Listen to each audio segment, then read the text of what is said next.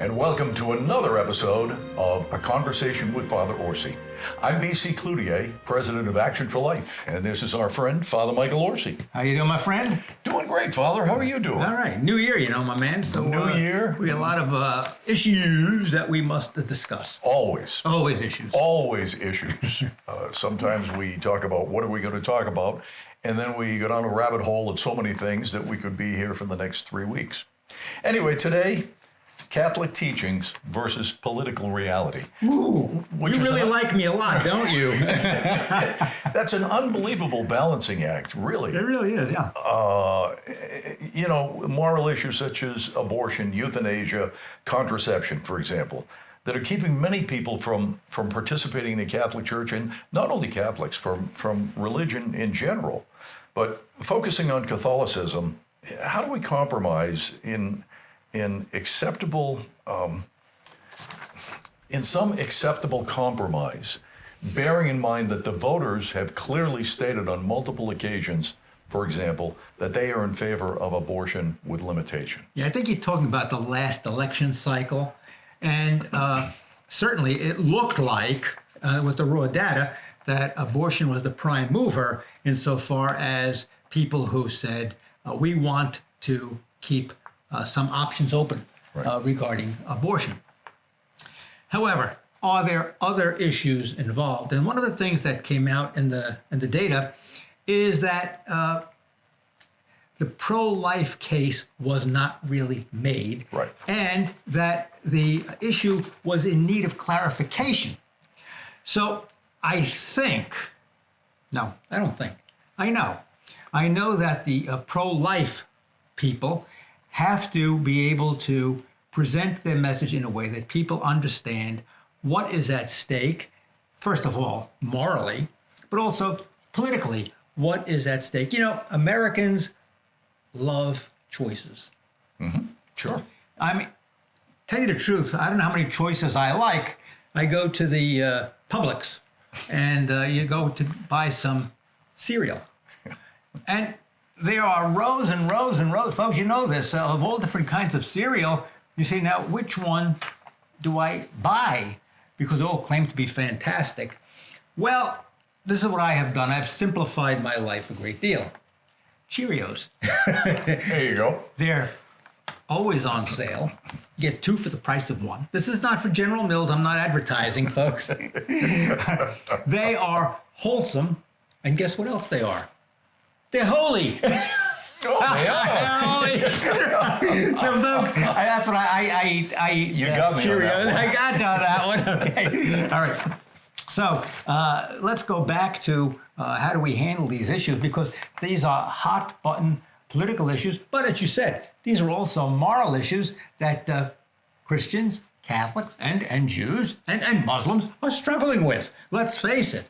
When you're talking about abortion, the Muslim community is not favoring abortion. No. The Muslim community is not favoring euthanasia. Father, it seems to me the only community that's favoring abortion is Planned Parenthood, to be quite frank. Right. Because it's a money machine for them. And what else? It's an option. Well, you're right. It's an option. It's an option. It's that people have begun to think that it's just a simple way to solve a problem, and it's not simple. No, it's not simple at all. But something else has come about in recent years anyway, is that perhaps you don't even need Planned Parenthood anymore, because you can get a chemical abortion, and in some states it's over the counter, or you can get it delivered by mail. So this is a wide spectrum. The key is not just with abortion, is how do you get the message out to the, and I don't mean this in any kind of a diminishing way, to the average person, that they can understand what is at stake. And I think that it impinges upon the pro-life community to get the message out. We talk about pro-life. A lot of people are saying he means abortion. No, I mean euthanasia. Sanctity of life, euthanasia, yeah. And let's even human talk trafficking. Exactly. How you get this message out. Now, you recall, and we were just on the cutting edge when we had Jim Caviezel come and talk about sound of freedom. Folks, I had heard about trafficking. Certainly, I knew about trafficking. I didn't know how serious it was with children. That movie came out, and that got the message across. I don't think you could find any decent human being that's going to say sex trafficking is a good idea. It's a horrible, horrible thing. At the same time, you might find some people who say, oh, I'm dead set against sex trafficking, but abortion's okay. Now, you're still dealing with human beings, at different stages of their development. But I think, the science shows us quite clearly in the sonogram, ultrasound, that there is indeed a little human being there. Just this morning, I received a text from a friend of mine. Her daughter is having a baby and sending me pictures of the baby in utero. And if you've seen them, folks, that is definitely a baby. So what's the difference then between the baby in utero and the child that's being sex trafficked? And we've heard about babies, 2 years old, 6 years old, being sex trafficked. How do we show people that this is a tragedy at no matter what stage, and it is certainly the desecration of a human being to do something like that to a child? Not just sex trafficking, but also in utero. And I think that's where the battle has to be waged. And I'm challenging, pro-life people, to get out more movies like that, where they can take a look at this and say, hey, that's terrible. That's horrible. We can give all the numbers we want, all the statistics we want. Now, I'm going to say this, folks. In states which have laws against abortion, like Texas, the number of abortions has decreased. Whether or not people are going... Adjoining states. Florida is up. Sure. Because all the other southern states have banned abortion, and so people are coming to Florida. Right. I'm not sure, Father, that we can legislate a ban on abortion. What people have said when they have said we want to legalize abortion is we want limits. Now, it's still not right, but, to my way of thinking, if there's let's call it a 12-week ban on abortion, that saves thousands and thousands of babies. It does. But at the end of the day, it's not a legislative issue. It's not an issue for the courts. It's a moral issue, and that's where we have lost the battle. That people in America have forgotten that this is a moral issue. It's a sin against God. And as you point out, anybody who's ever seen a sonogram or heard the heartbeat of a baby in vitro really would have a hard time killing that child. Yeah. So it is a matter of messaging. How do we get the right message out there? Now, let's just look at this in a more global way. And I don't mean, global the world. I mean, the issue of how do you prevent abortions from happening, or sex trafficking, whatever the case may be. I think a couple of ways we got to look at this.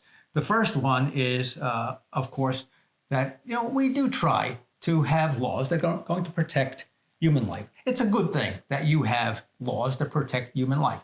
If you could get a total ban on abortion, go for it. However, let me be quite honest with you, folks. You move into those blue states, you're not going to get it. And Ohio is a blue state, and Ohio wanted options regarding abortion. But you go for it. You do it as best you can to limit the number of abortions, whether it's, over a period of time, 12 weeks, 15 weeks, whatever the case may be. You go for it, you work at it, and it's an incremental type thing. Yes. Is it going to happen tomorrow? No. I'm telling you the truth. I mean, when Christianity entered the Roman Empire, abortion was, acceptable. And really? And the church militated against it, said, no, this is wrong. Church didn't become the religion of the empire until the year 331. So it might take 300 years. If we're still here, because if we have global warming, we're all going to be drowned anyway. I'm just kidding, folks. I'm just kidding. Okay. Second thing is, what do we do on a personal level. And this is where it's at. We've talked about this many times. It's changing minds and hearts. And that goes back to what I said earlier. It is a matter of messaging. I went to see the movie, we talked about it, Sound of Freedom. And I sat in that theater, tears were rolling down my eyes. If we can make these presentations when it comes to abortion, and we could have young people go to see these movies, or older people go see these movies, and they can have tears coming down their eyes, wouldn't that go a long way to changing minds and hearts? It went a long way with Sound of Freedom because people sort of knew that there was a human trafficking issue, but when the movie came out, and in our case, when Action for Life sponsored the Jim Caviezel appearance, then it was in people's faces. They realized it's happening here in South Florida, as well as across the country and the world. Right. And you're right. If we could do the same thing with abortion, that alone would, I think, reduce the number of baby killings substantially. Right. And good. We'll go to euthanasia later. Okay. Because that's an issue, too. Yeah. Well, we have to even look a little more broadly at this idea of the political side and abortion. A lot of people are demanding an immediate end to abortion. Right? Folks said it's not going to happen. It's not going to happen immediately. What we have to be careful about is that we don't become so hardened in one position that we fail to use the incremental way of ending abortion. We become so hardened ourselves that we are no longer in touch with the reality of the situation. Yeah, the principle is there. It's always wrong every time, everywhere, every place, every situation. But are we giving up opportunities to incrementally end abortion? John Paul, the Great, talked about lessening the negative effects. And what does that mean? Sometimes a legislator say, okay, I'll take the 15-week ban. Knowing that, it's going to save some lives. Right. And doing that, are you acting in a moral way? Yeah, because politics is the art of the doable. And once the churches inform the mosques, whatever, the synagogues, inform the politicians as to what is the good, well, then the politicians can work at getting to that good, but it doesn't happen all at once. It doesn't happen all at once. Right. The last part of this is, and this one, folks, I want you to pay close attention to because it involves you. We have come to see pro-choice people. As a matter of fact, as I said to you earlier, a lot of them just like choices. They might not even be pro-abortion, but I want my choice just in case. When we look at these people, we're seeing enemies. And once you see somebody as your enemy, there is no way to bridge that divide anymore. That's a good point, Father. Yeah, and I've been thinking about this a long time. We certainly pray for an end to abortion.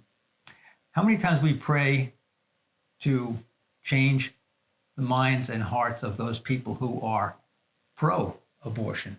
Let's pray for those people that they change their minds and hearts. They may not be our enemy. They just may not understand where we're coming from. I think everyone who is pro-life has a friend or a relative who is pro-choice. And it doesn't make them bad people. It just means that their view is different than ours.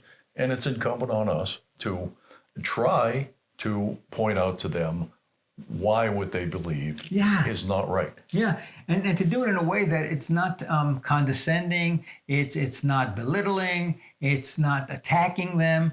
But I think sometimes we have to make, and I'm going to talk about this, we're going to be having our Day of Remembrance on January the 20th, correct? Yes. At Royal Palm Cemetery. Royal Palm Cemetery, right. Yes.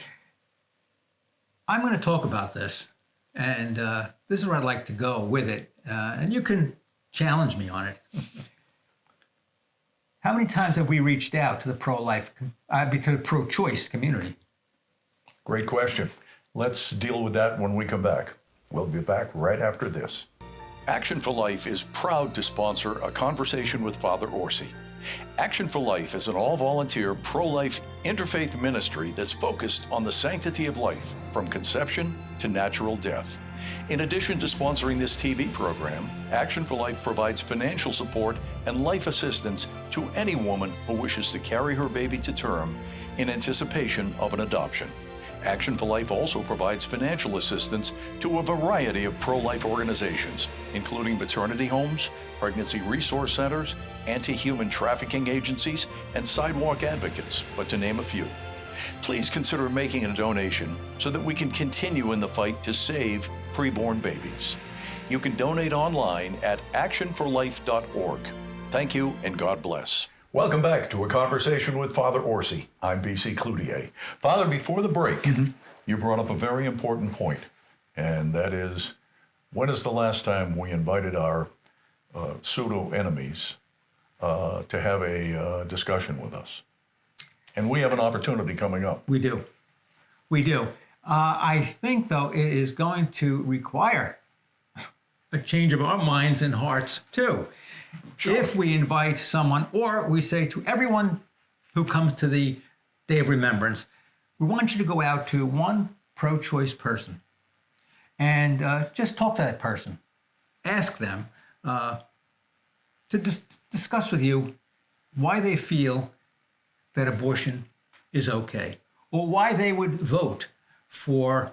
There's going to be an amendment now that they collect a number of signatures. They're on. They've reached the requisite number of signatures. Right, and that's saying that this would be a constitutional amendment to Florida's constitution, that abortion would be part of the law of Florida. Right. Now, the same thing can happen nationally if you continue to have people in the White House that are promoting this sort of legislation. Or amendments to the Constitution.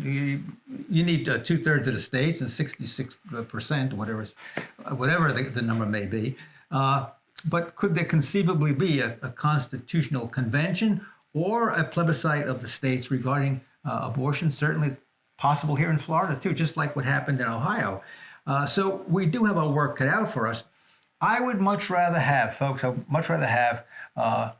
pro-abortion. I'm going to even be nice. Maybe we should just say pro-choice. All right. Maybe we should just say pro-choice. That way, they're not looked upon as evil people. Some of them might be very good people. I had a man, very, very fine man, and I asked him. I said to him, "Would you like to donate to a pro-life cause, or would you like to come to one of the events of Action for Life?" And folks, our events are great. They really are great. He says to me, "I'm pro-choice, but if I can help you out, tell me how much you need." Wow. A light went off in my head. It wasn't about the issue anymore.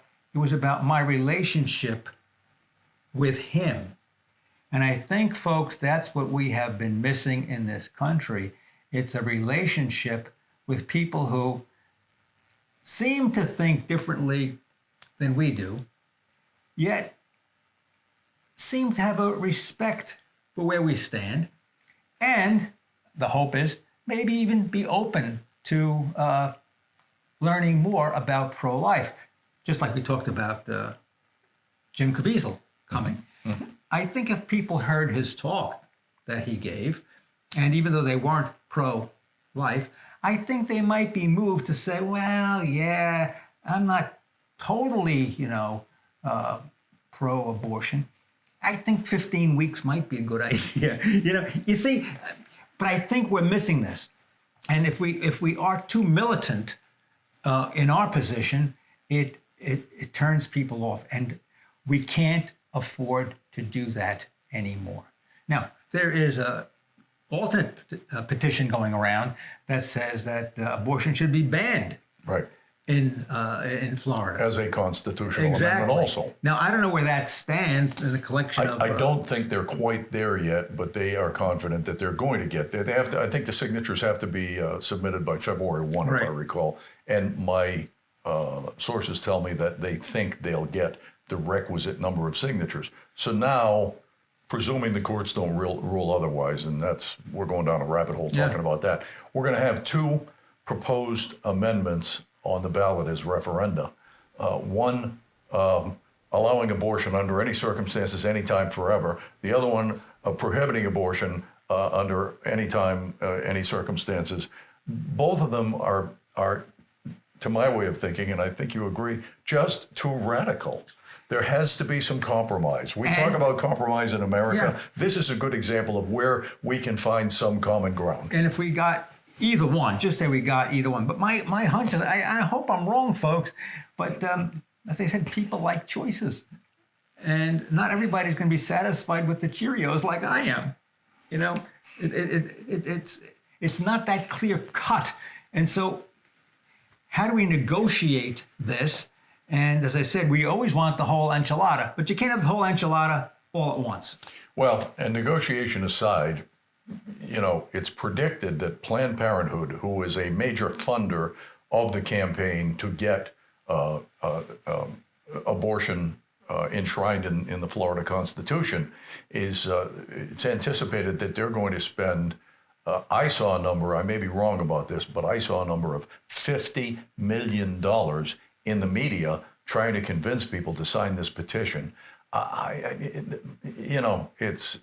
hope that people... How do you beat that with that kind of money? Right. But I hope that people have a good sense to say, no. There's times when abortion shouldn't be allowed, et cetera. I don't know. If you have that kind of money to put out on the media, social media, regular television, and they get their message out there, and we don't have a good enough competing message, it's Ohio all over again. Well, and the message here is about freedom. So they are downplaying the issue of abortion and highlighting freedom. Yeah. Trying to move people who are perhaps in the center to their point of view. I pray that doesn't happen. Right. That would be just a disaster. Right. But we saw in Ohio, a state that nobody would expect that to occur. Exactly. And it did. Exactly. So, folks, think about what we're talking about and some of the solutions that I proposed. But I think we have to discuss as a group and as an organization, how do we reach out to the pro-choice people, and how do we get them to understand where we're coming from, and maybe look. If I can't get 100%, I'll take 50%. Reagan, right, said, I'll take half a loaf rather than none at all. Right. Now, let's move on to euthanasia. In Canada, euthanasia is all the rage, and I don't say that cavalierly. Right. Euthanasia is aborting old people. I mean, or sick people. Or sick people, yes. And there are several... several... defects, birth defects, yeah. Right. I mean, there are several states, Oregon, Vermont, I don't know what else, that have already legalized euthanasia. I think there are 10. I think I heard the numbers up to 10. So, I mean, this killing people for convenience, and that's what it comes down to, whether it's abortion or euthanasia, it's killing people for convenience sake. Mm-hmm. Where does that stop? Yeah, it doesn't stop. I hate to say that, but it doesn't stop. It's the old argument, the slippery slope. Right. What do you mean by sick? What do you mean by old? What do you mean by defective? What do you mean when you say that somebody wants to die? Are they depressed, or are they very, very rational? And rationally they say, life is not worth living for me anymore, and I rationally want to end my life. Or when the state says, you are a burden to society, and we are going to end your life. I believe that that's the case in some of the countries up in Northern Europe, Netherlands, Belgium, cases like that, where the state is making those decisions. We're going to take a break. Okay. We'll be right back.